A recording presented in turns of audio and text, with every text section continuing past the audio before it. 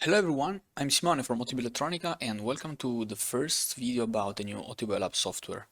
We're gonna record and publish few video tutorials about the software in order to show you the new features, the new windows that we implemented, and how to interact with our devices.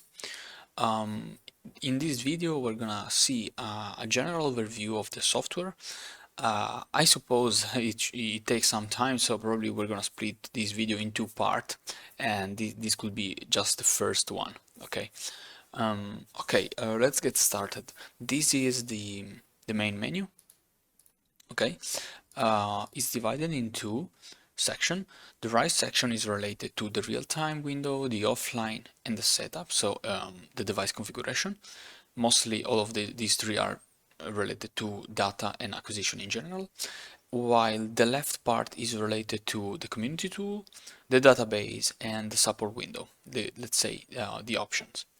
In this general view, we're not gonna look in details to all the things. We're gonna just show you a brief summary of all the stuff without looking deeper into the features. Otherwise, it takes like hours.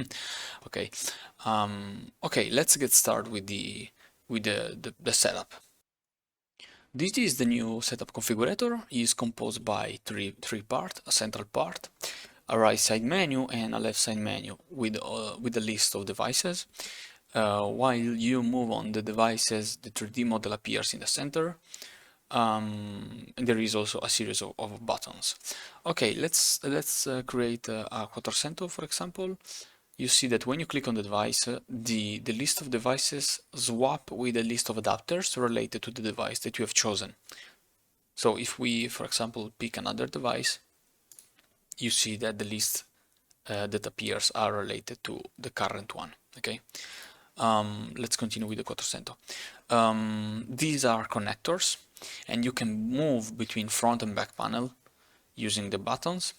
This is where you can configure the aux channels, and this is where you can configure the in and the multiple in. For example, let's click, drag and drop, and place an AD64 into the multiple in.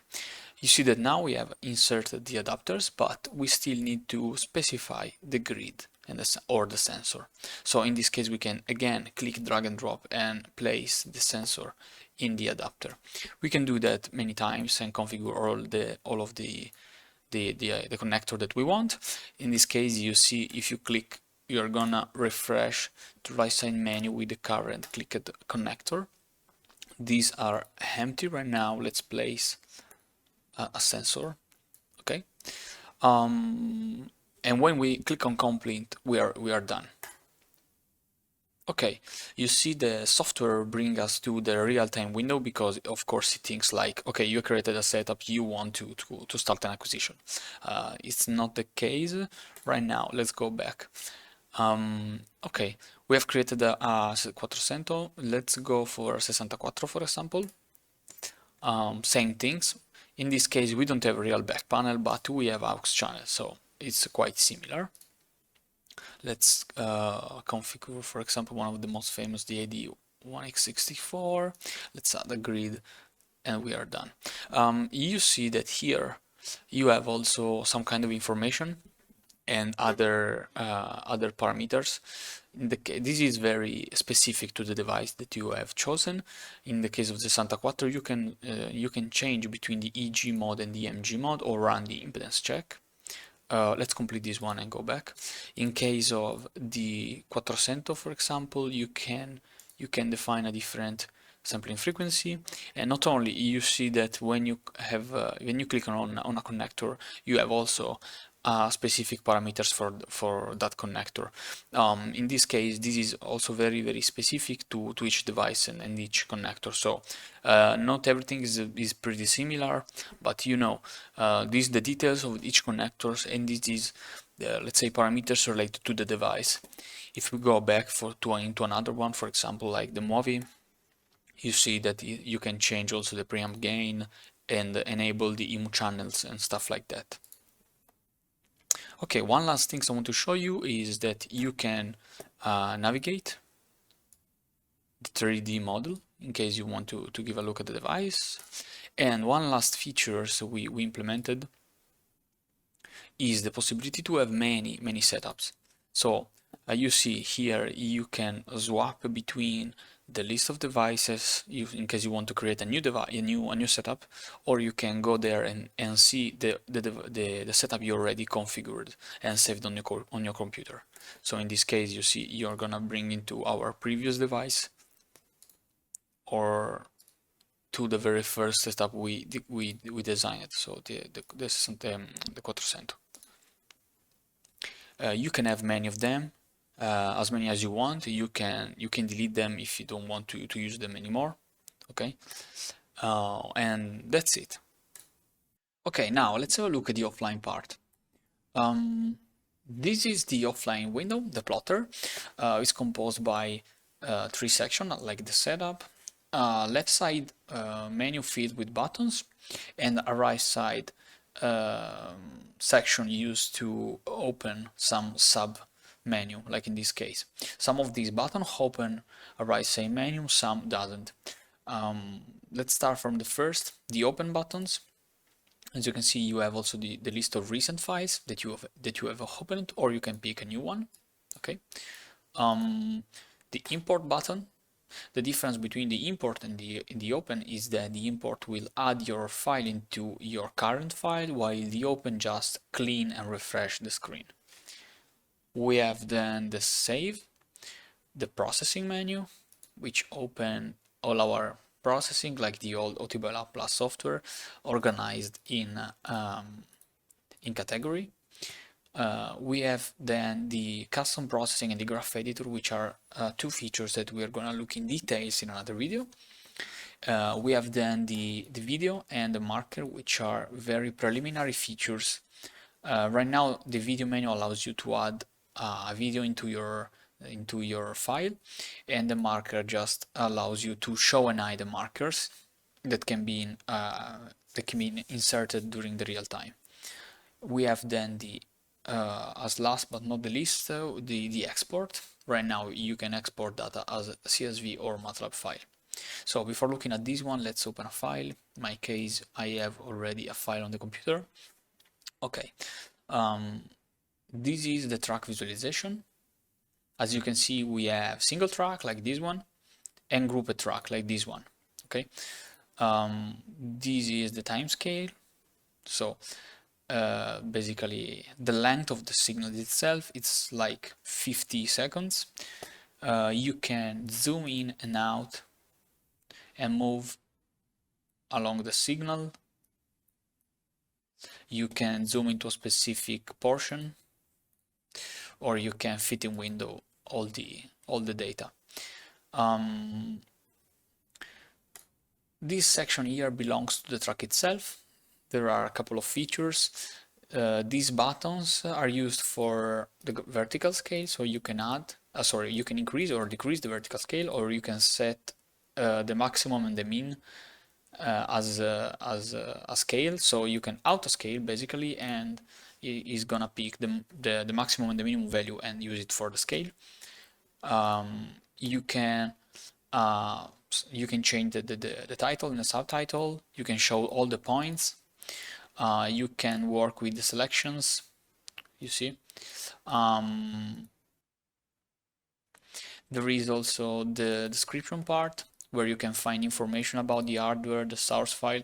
Processing is empty, of course, because no processing has been applied on the track, the signals or the track itself.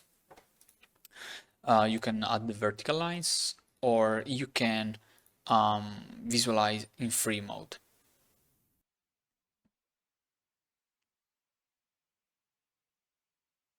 This is a free mode. Similarly to MATLAB, you can navigate the data and move.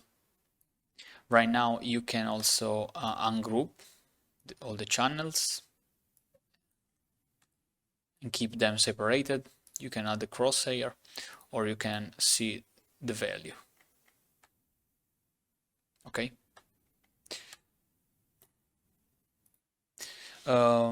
These two buttons are used to group or ungroup. I'm gonna use this track because this one is 96 channels, so it could take some times to ungroup. Here we have 4 tracks. We can separate them, like in this case. You see, this is 1, 2, 3, and 4. Or vice versa, we can select them and group them together. Okay. Let me just remove them to clean a bit the visualization. And there is also the cut track possibility. You can just select an area and remove it from the data. The data itself is not touched, but the visualization is. And what else? Oh yes, let me just unselect this. There is also an additional menu here. This one is used to plot or unplot some specific channels of the grid. We can change the color of the background or of the track itself. We can set the vertical scale. We can remove the channels. You see all these tracks are multiplied by an offset in order to visualize them, but you can remove it and see them all in the same on the same y-axis.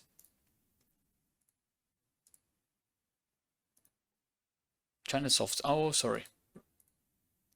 And what else? We have the shift. We can shift data. It's not really clear with this color. Let me change it here. You see, you can shift the data by a specified number of sample, or you can just clear all the modification, all the changes. Okay. Okay, right now, as last part of this video, let me show you the real-time window. As you can see, is pretty similar to the offline. From the left, you can see a series of buttons that you can use to access different features. In order to run acquisition, we have to pick a setup. From this button here, you can see the right menu is filled with the list of saved setups. In my case, I only have the 64 setup we created before. Here you can pick or unpick, depending on the one you want to choose. And here, when you select a setup, a summary appears in order to show you the configuration. You can also go to the setup again in case you want to make some changes. Okay, let me start acquisition. We wait for a couple of seconds and the device start the sending data. Okay, so the track visualization is basically the same as the offline. The only button missing is the free mode, of course, because it will be very difficult for us to implement the free mode during the real time. Now you can access processings. Not all of them are available in real time. You can add a camera, for example. In my case, I only have the virtual camera, so probably it's not feasible right now for me to add a camera. But in case you have a webcam or other devices connected to the computer, it's possible to do that. You can decide the marker title. So in case you click one of these buttons during the acquisition, you can insert a marker into your acquisition.